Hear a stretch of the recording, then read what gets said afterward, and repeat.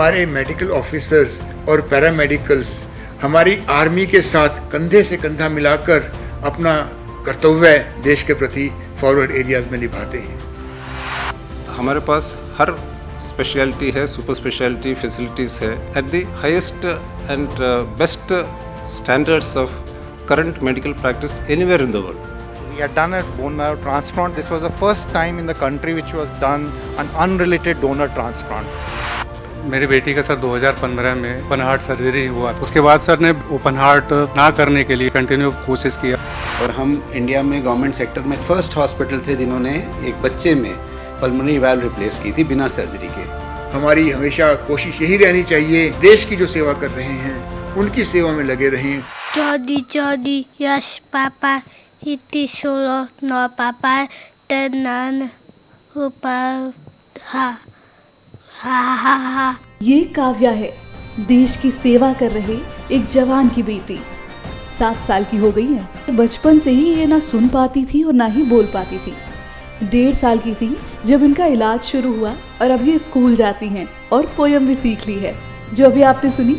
Science में इसे research and development या तरक्की कहते हैं और आम बोलचाल की भाषा में चमत्कार। काव्या हमारे पास शुरू में 1.5 साल की उम्र में आई थी, जब उसके माता पिता ने ये नोटिस किया था कि पैदा होने के बाद काव्या बोल नहीं पा रही थी और किसी भी लाउड नॉइज़ या आवाज़ के ऊपर रिस्पॉन्ड नहीं कर पा रही थी, यानी कि वो प्राइमरी तौर पे मूक और बधिर थी। उसको दोनों कानों में पहले हियरिंग एड लगाया गया, उसके बाद हम लोगों ने इसके बाइलैटरल यानी कि दोनों कानों में कॉक्लियर इम्प्लांट किया गया।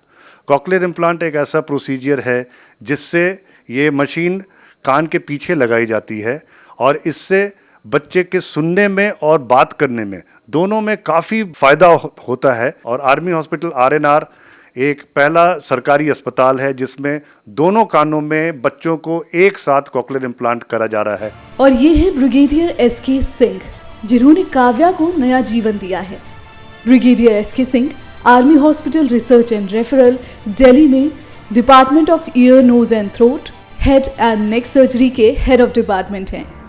नमस्कार, जैसा आपसे वादा है, हर रविवार हम पॉडकास्ट रक्षा सूत्र में डिफेंस सेक्टर से जुड़ी अनसुनी कहानियों को आपको सुनाते हैं और आज मौका है उनके बारे में बात करने का जो हमारे रक्षकों के रक्षक हैं, जो हमारी तीनों सेनाओं के जवानों को फिट रखने के साथ साथ युद्ध क्षेत्र में उनकी जान को बचाते हैं, यानी arm forces medical services AFMS।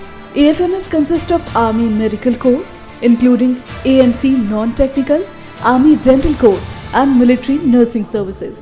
इस साल 26 जनवरी पर AFMS के कंटिंजेंट ने कर्तव्य पथ पर पहली बार मार्च किया और 75वें गणतंत्र दिवस के मौके को और ऐतिहासिक बना दिया। नमस्कार, आप सुन रहे हैं directorate of public relations, ministry of defence का पॉडकास्ट रक्षा सूत्र और मैं हूं इसकी सूत्रधार शैलजा। जंग के मैदान में हर पल बदलती सिचुएशन में सेनाओं को हर पहलू के लिए तैयार रहना पड़ता है, बुरे से बुरे परिणाम के लिए भी, जैसे मानव क्षति।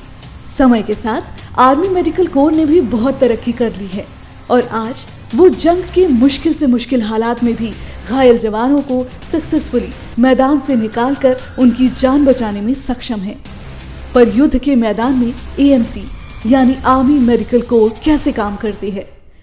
दरअसल रणभूमि में सेना के साथ साथ बैटलफील्ड स्टाफ भी होता है और पास में ही बनाया जाता है बैटलफील्ड हॉस्पिटल। किसी भी जवान का इलाज करने के लिए battlefield staff first aid treatment provide करता है। अगर घायल जवान को ज्यादा क्षति है और जान का खतरा है तो ऐसे में बिना समय गवाए भारतीय सेना की हेलीकॉप्टर्स मेडिकल टीम्स उसे मैदान की फॉरवर्ड पोजीशन तक ले जाती है। हर जान और जवान कीमती है। यहाँ हर एक बीतता पल अमूल्य है और घायल जवान को मौत के और करीब ले जा रहा होता है। ऐसे में समय पर इलाज होना बहुत जरूरी है। हेलीकॉप्टर में भी एक मेडिकल टीम होती है जो घायल जवान के अस्पताल पहुंचने तक उसे स्टेबल रखती है।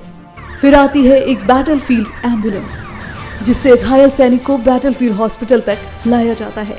बैटलफील्ड हॉस्पिटल दरअसल बहुत सारी बड़ी बड़ी गाड़ियों से बनाया जाता है। इसे पहियों पर चलने वाला चलता फिरता हॉस्पिटल भी कहा जा सकता है।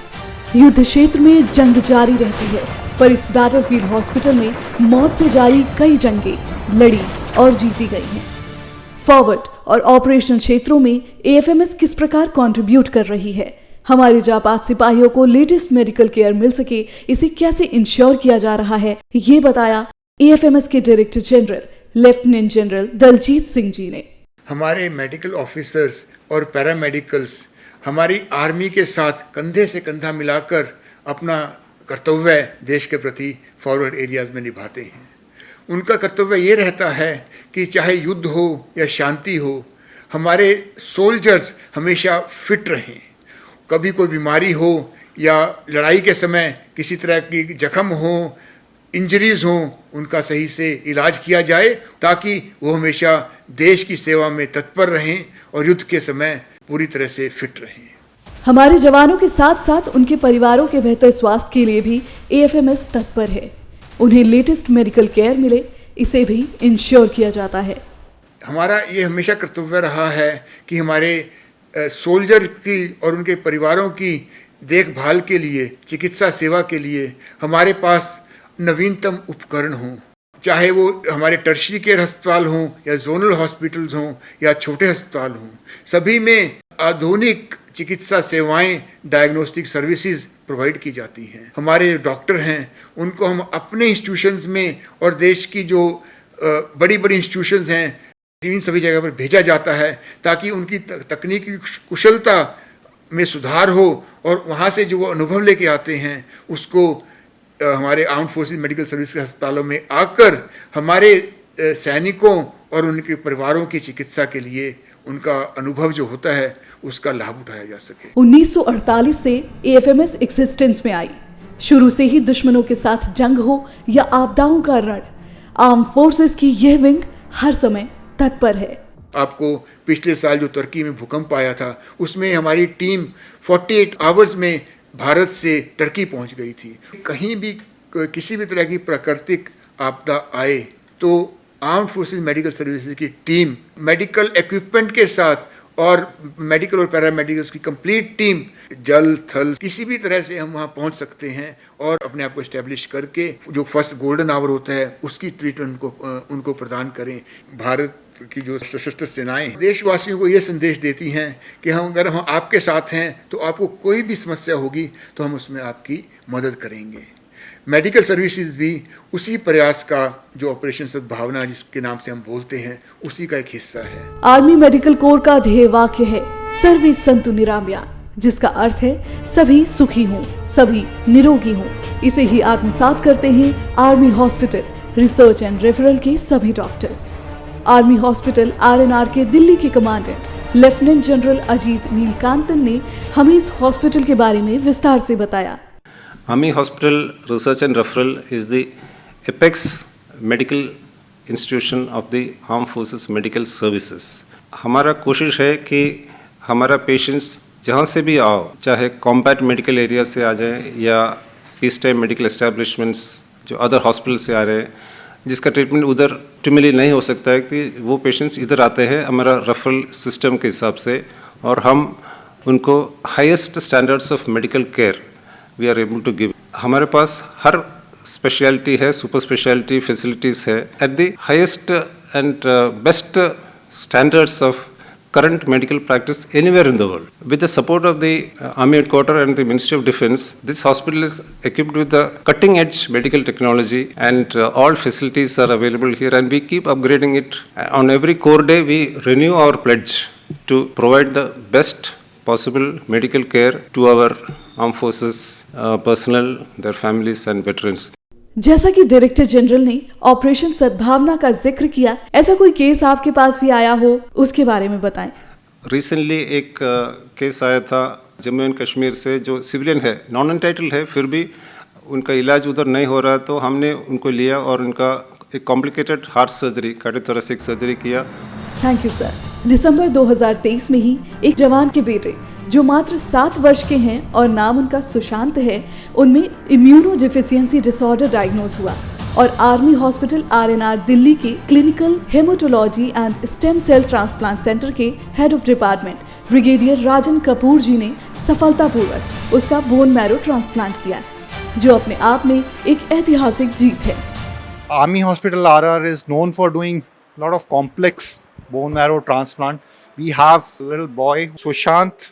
So we had done a bone marrow transplant for him. This was the first time in the country which was done an unrelated donor transplant. So he is doing well.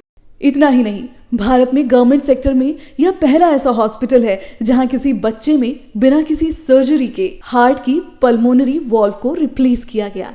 मेरी बेटी का 2015 में open heart surgery हुआ, उसके बाद continue चलता रहा। Second उसका जो है ओपन हार्ट सर्जरी का जो है प्लान किया गया था, लेकिन 2021 से कर्नल हरमीत सिंह अरोड़ा सर ने केस को डील किया। उसके बाद सर ने ओपन हार्ट ना करने के लिए कंटिन्यू कोशिश किया और अभी 2 अप्रैल 2024 को स्टेंट को बिना ओपन हार्ट किए उसको सक्सेसफुली सर खोला। ये उस बच्ची के पिता हैं।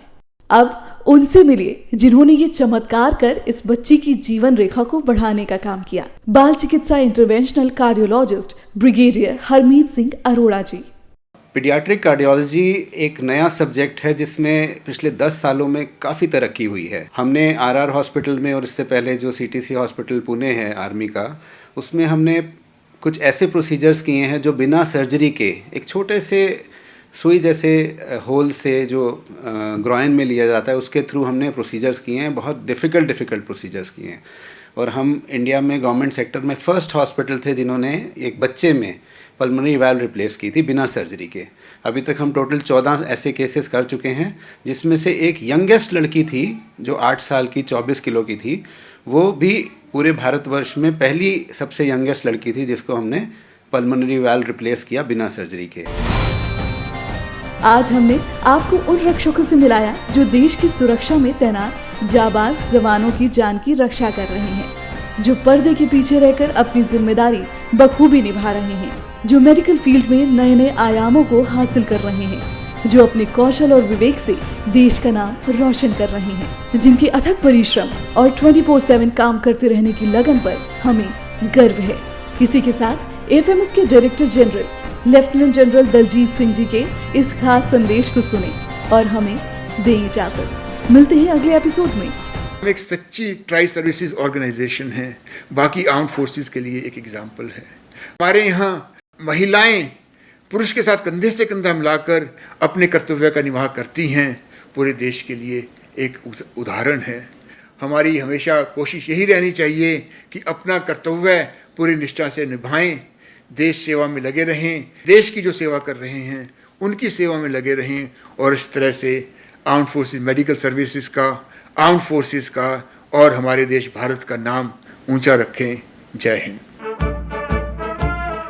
Directorate of public relations, ministry of defence के इस पॉडकास्ट का निर्देशन ब्रॉडकास्टिंग ऑफिसर आनंद सौरभ और APRO सैवी हसन खान द्वारा किया गया है।